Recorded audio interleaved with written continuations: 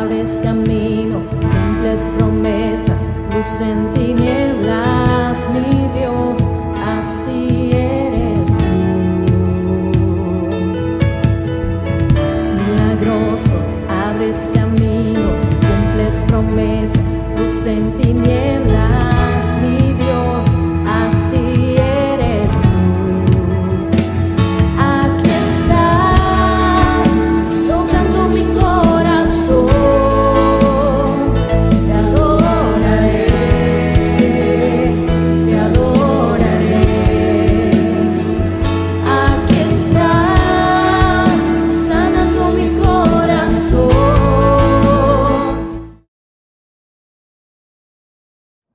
Dios los bendiga, hermanos. Les habla el pastor Manuel Márquez, pastor general de las iglesias Pan de Vida, para compartir otra porción de la palabra de Dios. Deseo que usted se encuentre muy bendecido de parte de nuestro amado Señor Jesucristo.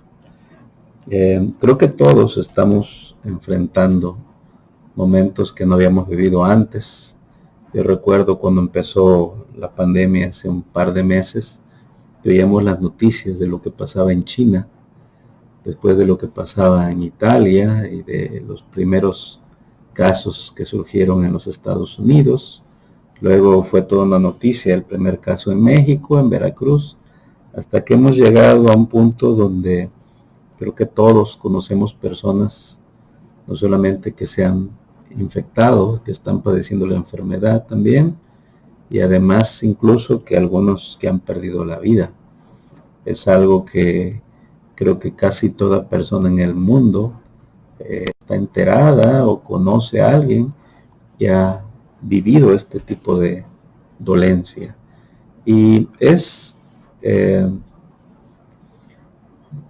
reflexión cuando aparece la enfermedad en un hogar, en una familia, con un compañero de trabajo, y también es de meditar y de reflexionar cuando una persona empeora en su salud y también cuando alguien a quien apreciamos o a quien conocimos ya no está con nosotros. Yo deseo delante de Dios y oramos como iglesia que nadie, ni tú, ni yo, ni ninguna de las personas que conocemos, y mucho menos pierda la vida. Sin embargo, no puedo como pastor ignorar que esta pandemia hace que el mensaje del Evangelio se vuelva tal vez mucho más urgente que antes, porque no puedes tú medir cuando alguien cercano a ti va a estar enfermo, va a estar hospitalizado o puede llegar a ya no estar. Y esto vuelve tal vez la predicación más importante y seguramente este es el principal mensaje que yo te puedo dar en la vida, porque cuando aparece la enfermedad o la muerte siempre hay un análisis. Es una persona famosa, hay homenajes, se le pone su nombre a las calles, se transmiten los eventos en vivo. A veces aquella persona que se va es alguien conocido a nivel mundial. Y ¿cuál es la reflexión que tenemos que hacer? Porque nosotros aprendemos que la vida no es eterna. Nos recuerda que es como el juego de las sillas que jugamos de niños, que hay una música y se quita una silla y de repente alguien se queda sin silla mientras los demás se sientan. De repente es como si se pusiera una pausa, se dejan los trabajos a medias. Hay gente muy famosa que siguen millones de personas, dejaron de atender sus redes porque partieron de este mundo. Entonces, este es un tiempo de reflexión acerca de las decisiones que estamos tomando y de cómo estamos viviendo.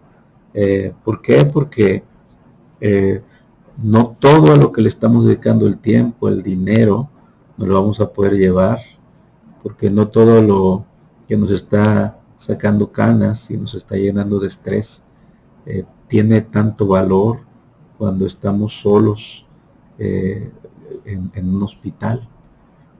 Y yo creo que la Escritura tiene mucho que decir acerca de esto, y sobre todo un pasaje que lo predica el mismo Señor Jesucristo, que tiene que ver con un hombre rico al que le llegó el tiempo de partir de repente. Dice Lucas 12, 16, 21, esta predicación se llama Una vida de éxito, porque cuando termina todo, cuando se hacen las cuentas finales, se ve si hay números rojos, se ve si hay números negros, se ve si se logró un título, se ve si las decisiones fueron buenas o fueron malas, se ve si ha sido un éxito la vida o no. Dice la palabra, también le refirió una parábola diciendo, la heredad de un hombre rico había producido mucho, y él pensaba dentro de sí diciendo, ¿qué haré? Porque no tengo dónde guardar mis frutos. Y dijo, esto haré, derribaré mis graneros y los edificaré mayores. Allí guardaré todos mis frutos y mis bienes. O sea, era un hombre que estaba creciendo tremendamente en lo económico. Y él dijo, de aquí en adelante ya no trabajo como he estado trabajando, me voy a dedicar a disfrutar de lo que he ganado. Y yo creo que el error es cuando él le habla a su alma. Porque el alma, hay mucha gente que no cree en el alma, cree que solo somos materia, pero la Biblia dice, yo soy pastor, te hablo de la Escritura, que el Señor Jehová dice, todas las almas son mías. El alma es esa parte que está dentro del ser humano y que le hace ser una persona.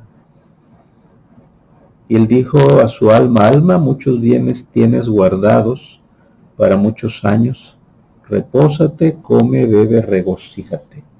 Pero Dios le dijo, necio, esta noche vienen a pedirte tu alma, y lo que has provisto de quién será. Y termina diciendo, así es el que hace para sí tesoro, y no es rico para con Dios. Hay dos cosas, o tres importantes. Número uno, el alma no es terreno del hombre, es terreno de Dios. El número dos, el día de la muerte también es algo que Dios sabe cuando se nos acaba el tiempo, ¿verdad? Número tres, Dios tiene una medida diferente que la que tenemos los hombres en la tierra. Hay un escalafón de la riqueza en este mundo, pero Dios dice, esta persona es rica para conmigo y esta no. No dice en base a qué. Pero al morir este hombre, que podía pensar, soy exitoso, delante de Dios era pobre. La riqueza no se la pudo llevar, no supo quién la iba a heredar, porque aparentemente él no tenía familia, y nunca vio la eternidad. Entendemos entonces que hay que ver hacia la eternidad, hay que ver ese tesoro, banco o contabilidad que Dios hace, porque al final parece que cuenta.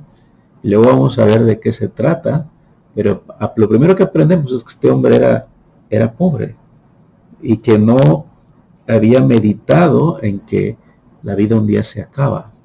Vamos a ver un segundo ejemplo acerca de esto. Este es un rey, viene en el libro de Daniel, Daniel 5, del 1 al 5. Este es hijo de Nabucodonosor. Dice, el rey Belsasar hizo un gran banquete a 1000 de sus príncipes, y en presencia de los 1000 bebía vino.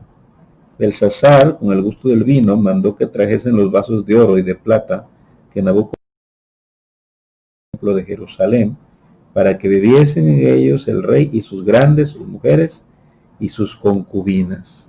Usted sabe que las personas ebrias cometen muchas locuras, y este hizo la locura de su vida. Se le hizo muy gracioso presumir con los vasos que habían tomado los caldeos del templo de Jerusalén en la destrucción de la ciudad, cosa que no es un momento grato para el pueblo de Israel.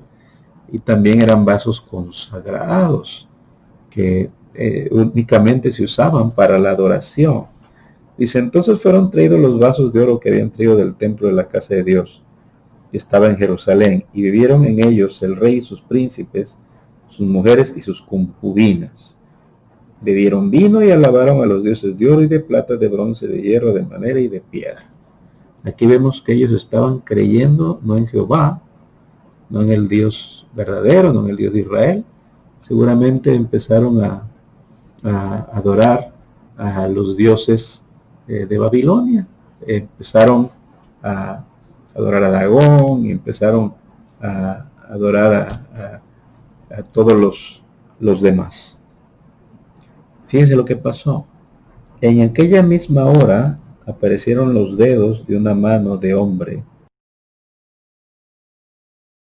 sobre lo encalado de la pared del palacio real, y el rey veía la mano que escribía.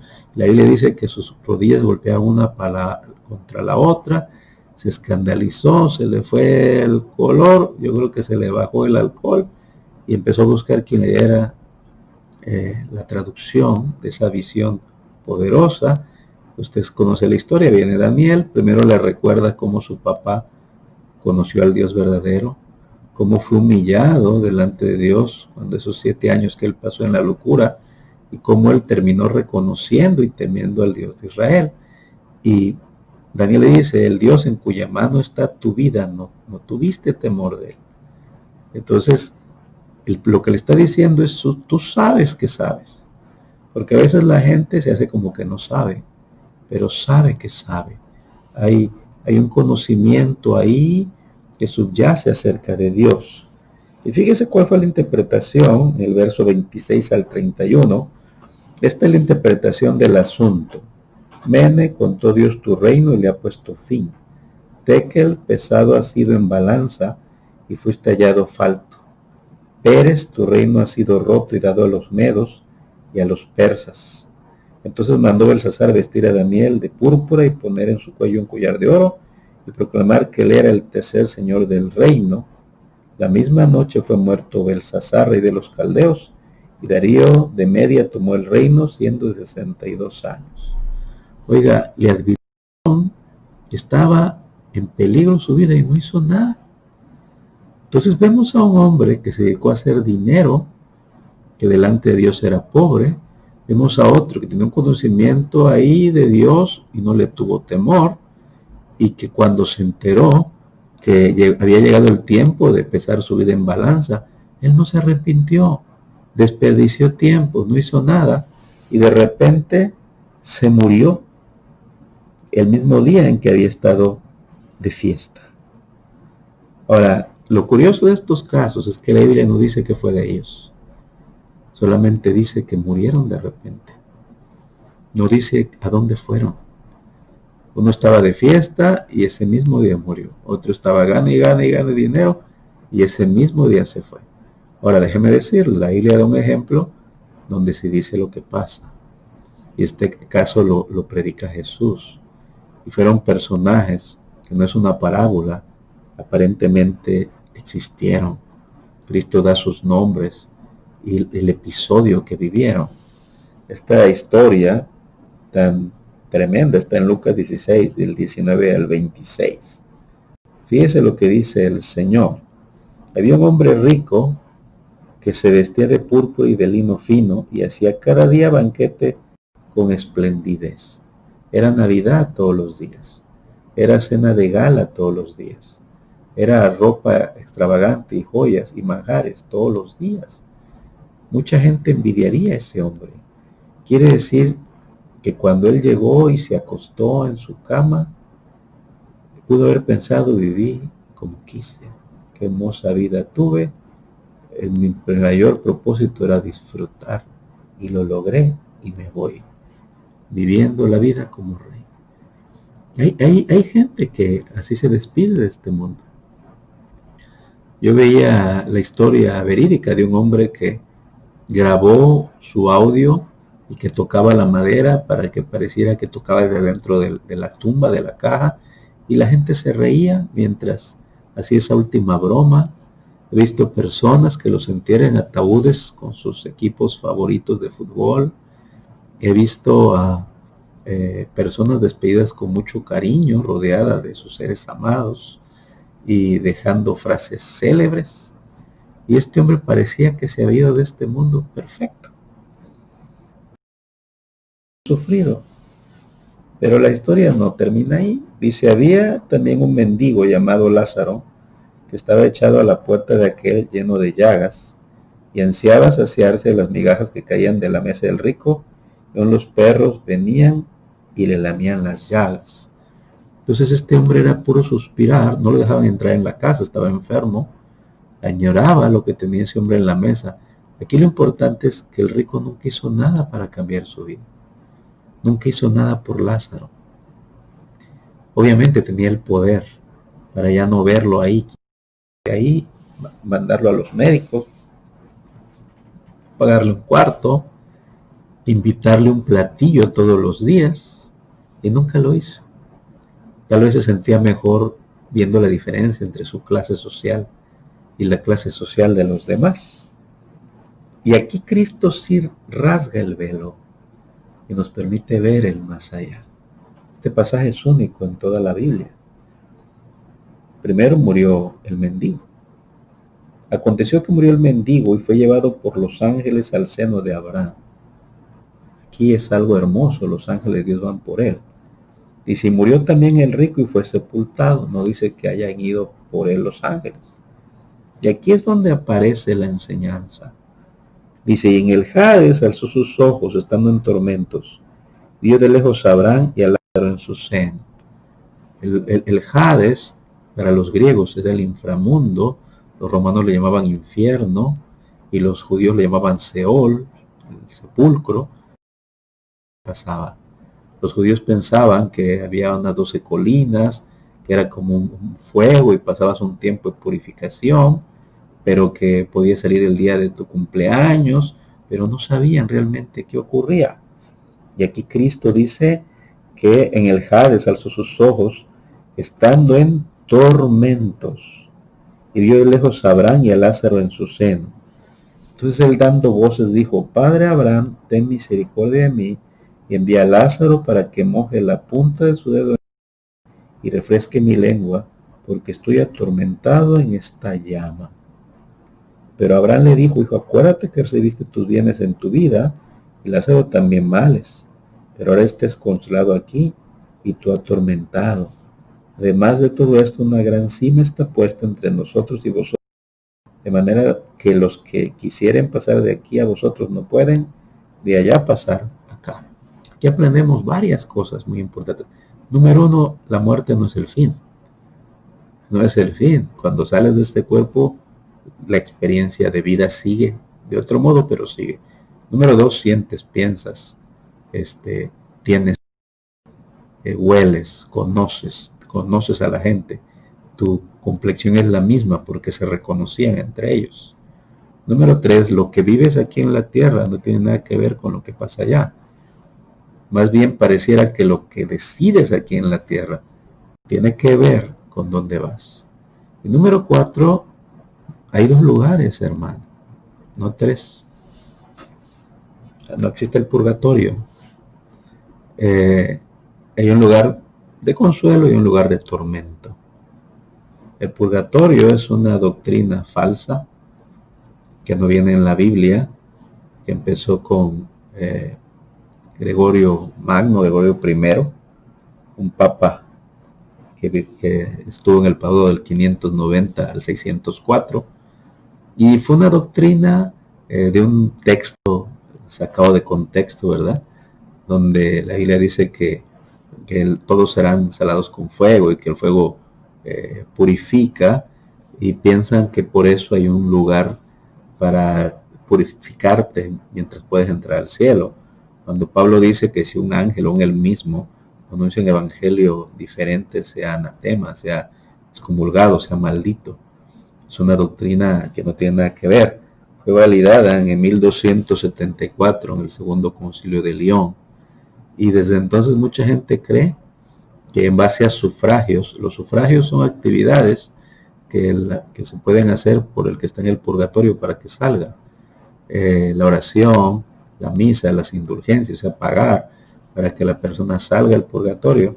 Pero según este pasaje de la Escritura, no existe el purgatorio. No pienses que vas a ir y que después al final vas a acabar en el cielo, porque no es así. Pío XII decía que si tenías un escapulario, el máximo estaba 7 días. Hay otra santa, que también Santa Faustina, que ella decía que su ángel de la guarda la llevó a ver en un solo día los 3 lugares. Bueno, eso no es bíblico, así que no lo tome ni lo crea. Abraham le dice a este hombre, porque estaban separados por un hueco enorme, una cima, en el verso 31, mas Abraham le dijo, sí, porque Lázaro dice, tengo 5 hermanos, resucita un muerto. El rico le dice, envía a Lázaro para que vaya y no vengan a este lugar de tormento. La gente que ahorita está ahí, seguramente piensa en sus seres amados y dice que alguien les hable, que déjenme salir un momento para que no venga aquí, a donde estoy atormentado ahora. Y dice en el verso 31, más Abraham le dijo, si no oyen a Moisés y a los profetas, tampoco se persuadirán, aunque algunos se les los muertos. Fíjese qué tremendo es este versículo. Lo que Abraham está diciendo, la Biblia basta. Y si a ti no te basta este libro que tienes arrumbado a lo mejor ahí al lado de tu cama, ni aunque Cristo resucitado se te aparezca, vas a creer.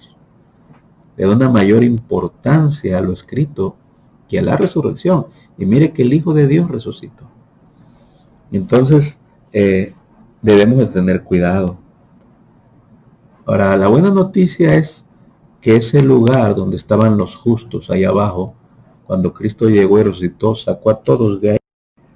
Dice en Efesios 4, del 8 al 10, por lo cual dice, subiendo a lo alto, llevó cautiva la cautividad y dio dones a los hombres. Y eso de que subió, ¿qué es? Sino que también había descendido primero a las partes más bajas de la tierra. El que descendió es el mismo que también subió por encima de los cielos para llenarlo todo. ¿Eso qué quiere decir? Quiere decir que ahora sí nosotros morimos salvos, porque se puede morir condenado, según vimos en el pasaje.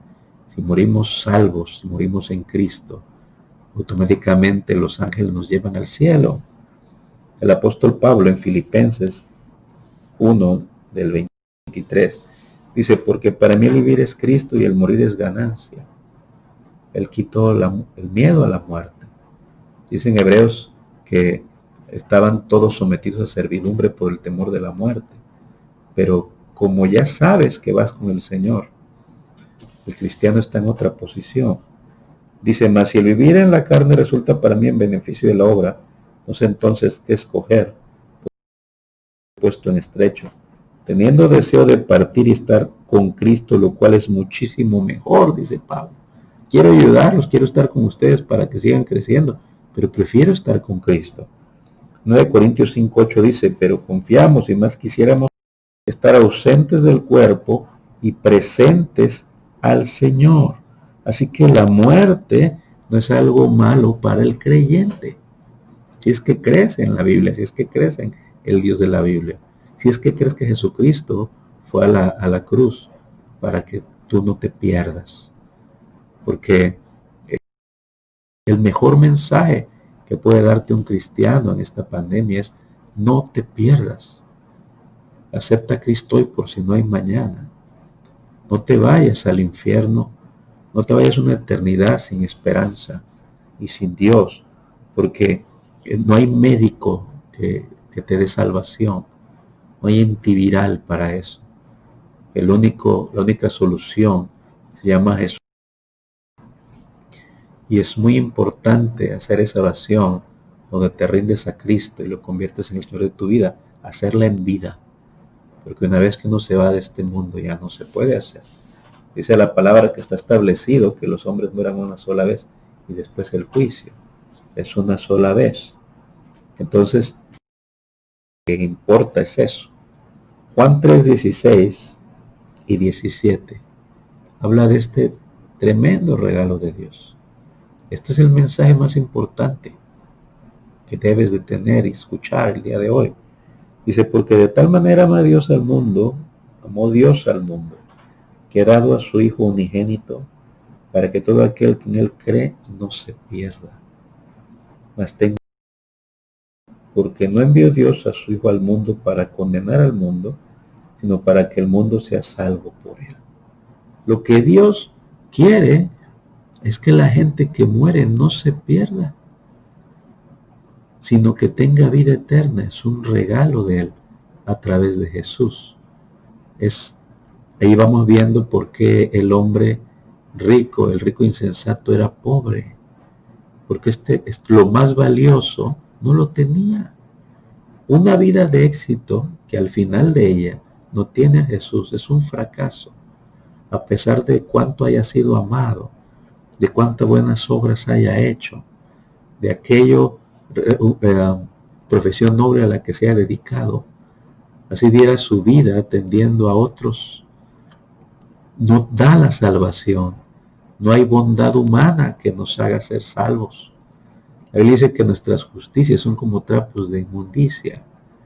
Entonces, solamente es por medio del Señor Jesucristo. Juan 3:36 dice: el que cree en el Hijo tiene vida eterna, pero el que rehúsa creer en el Hijo no verá la vida, sino que la ira de Dios está sobre él. Aprenda, hermano, amigo, no somos buenos. Hay ira contra el hombre por su pecado, pero Dios nos dio una puerta de salvación. Jesús clamó en la cruz clavado: perdónalos porque no saben lo que hacen. A Él se le abrió el costado para que nosotros pudiéramos hallar esa puerta y entrar y salvarnos, y que su sangre nos cubra y nuestros pecados sean pagados. Lucas 19:10 dice: porque el Hijo del Hombre vino a buscar y a salvar lo que se había perdido. Hechos 4:12 añade: y en ningún otro hay salvación. No es Buda, no es Mahoma, no es Alá, no es Confucio, no es la cienciología, no es María, no hay ángel o santo o papa, no son las buenas obras, no es el intelecto, no hay salvación en otro lado. No son los orillas de la santería, no hay. En ningún otro hay salvación, porque no hay otro nombre bajo el cielo todos los hombres en que podamos ser salvos. Cada vez que yo veo que muere alguien, siempre pregunto: ¿dónde está ahora?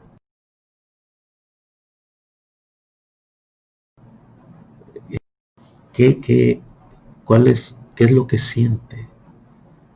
Porque nos acordamos de sus éxitos en vida.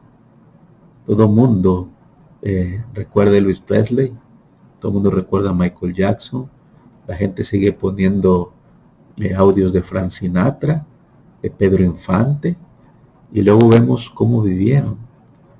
Algunos tenían unas cuantas drogas cuando murieron, como Elvis Presley, aunque él conocía el Evangelio. Vemos otros que violaron la palabra de Dios muchas veces, con el tipo de relaciones que tenían con muchas mujeres. Y es un desperdicio irse de ese modo, porque hay solución. Juan 14:6 dice: Jesús le dijo: yo soy el camino y la verdad y la vida. Nadie viene al Padre sino por mí. Acepta a Cristo hoy. Ten salvación para tu alma hoy. Yo veía, hace poco murió Kelly Preston, la esposa de John Travolta, y todos expresaban muy bien de ella. Creían en la cienciología. La cienciología, que la inventó Ron Hubbard, cree que había un pillo interestelar que vino a hacer daño a las criaturas que vivían en este planeta. Es como una obra de ciencia ficción. Cristo está diciendo: en ningún otro hay salvación. Ellos creen que la cienciología crea el daño que hizo Xanú. En eso creen. Falleció Ennio Morricone, que hizo tremendas obras musicales.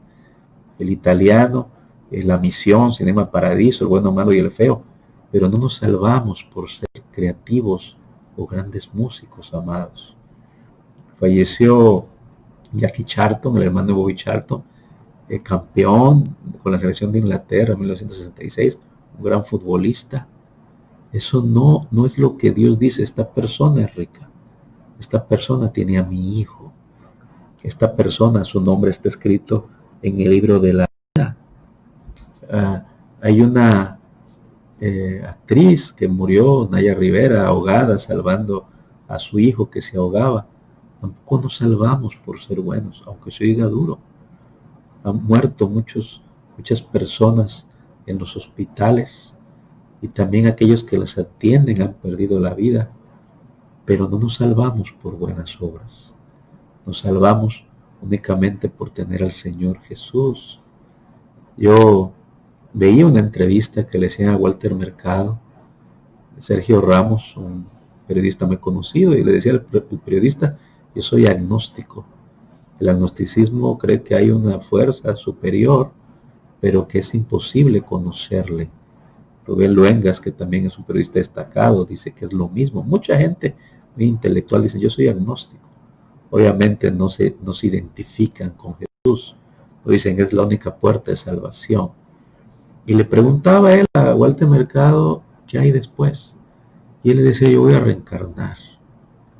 Y se despedía diciendo que deseaba amor a todos, y murió unas 3 semanas, murió al poco tiempo después.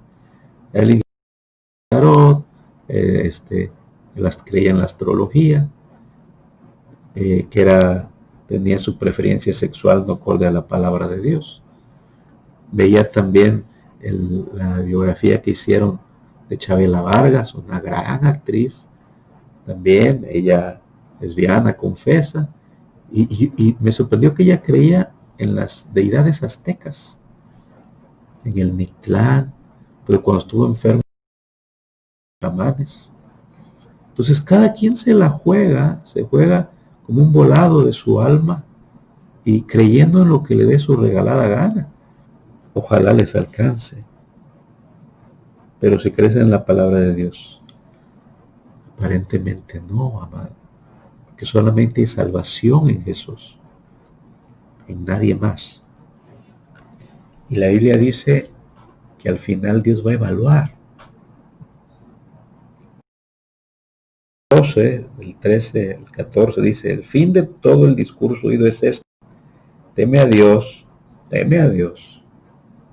y guarda sus mandamientos, porque esto es el todo del hombre, porque Dios te dará toda obra a juicio, juntamente con toda cosa encubierta, sea buena o sea mala. No, es que yo creo en Dios, pero tengo amante. Yo creo en Dios, pero me drogo. Yo creo en Dios, pero aborto. No, yo creo en Dios, pero no obedezco a nadie. Yo creo en Dios, pero no me congrego. Está diciendo que temas a Dios y guardes sus mandamientos. Sirve quererle ganar al tren. Si corro, le gano. La Biblia dice que Dios no puede ser burlado. Hay que vivir como Él quiere. Que Él es el que al final evalúa. Primera de Juan 5:12 dice: el que tiene al Hijo tiene la vida. El que no tiene al Hijo de Dios no tiene la vida. Si murieras hoy, ¿tienes la vida? ¿Viviste según su palabra? ¿Rendiste tu corazón a Jesús? ¿Te arrepentiste de tu maldad profundamente? ¿O vas a ver qué pasa? Yo creo que no es un tiempo para jugar. Yo creo que no es un tiempo para jugar. Porque la gente reacciona diferente a lo que está pasando. Porque apenas están viendo los estudios acerca de vacunas y de si se genera inmunidad en caso de haber enfermado. Todos de aquí en adelante en este mundo vamos caminando tomados de la mano de Dios para no infectarnos, y todos dependemos de su misericordia y gracia. Pero yo creo, amado hermano, que lo más sabio es estar preparado para partir. Es la casa del cristiano. Eso lo dejó claro el Señor Jesús. Así que lo más importante para terminar con éxito una vida es haber sido salvo tener al Señor Jesucristo en el corazón. Marcos 16, 15 y 16 dice: y les dijo: id por todo el mundo y predicad el evangelio a toda criatura. El que creyere y fuere bautizado será salvo, mas el que no creyere será condenado. Esta es la opción que Dios nos abrió. Y ahí me toca predicártelo. Yo tengo amigos que dicen: tengo tal por si nos infectamos mi familia y yo. Qué bueno que lo tenga, pero lo más importante es ser salvo. Yo quiero orar por ti. Si ya conocías el evangelio y vives como si no fueras cristiano, arrepiéntete. Si no has aceptado a Cristo, ahorita vas a tener la oportunidad de hacerlo. Si no te has rendido, ríndete. Si no has limpiado tu vida, límpiala. Si ya estás listo, habla de Cristo. Habla de Cristo, habla de Cristo.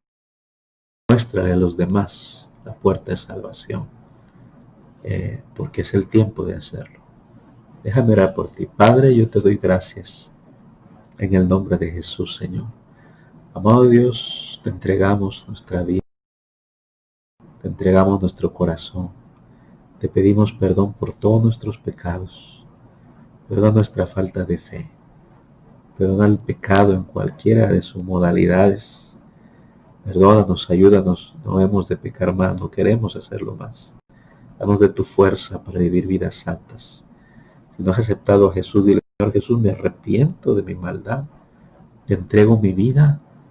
Dame de tu espíritu, entra en mi corazón.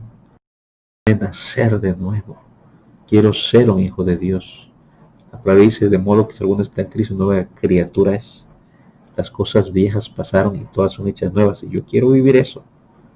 Y ayúdame a serte fiel, a aprender la palabra, a congregarme, a permanecer firme en la iglesia, en tu camino, a ser obediente, Señor, a las autoridades que tú pongas sobre mi vida. Ayúdame, Padre. Escribe en el libro de la vida. Yo quiero hablar de Jesús. Te doy gracias por tu amor. Amén. Cuando tenemos la vida, es algo tan hermoso, hermano. Se va el temor, tenemos paz. Sabemos que si nos llegara el momento de irnos, todo está listo. Vemos cara a cara al más hermoso, al amado, a nuestro Señor Jesús. Yo le bendigo, iglesia, siguiendo las indicaciones para cuando se abran los servicios. Nuestras instalaciones están preparadas, tenemos lo necesario y para estar resguardados ahí, manteniendo el consejo de las autoridades para tener servicios. Te bendigo, cuide su fe y esté listo. El Señor Jesucristo viene. Dios le bendiga igual. Va. 1, 2, 3.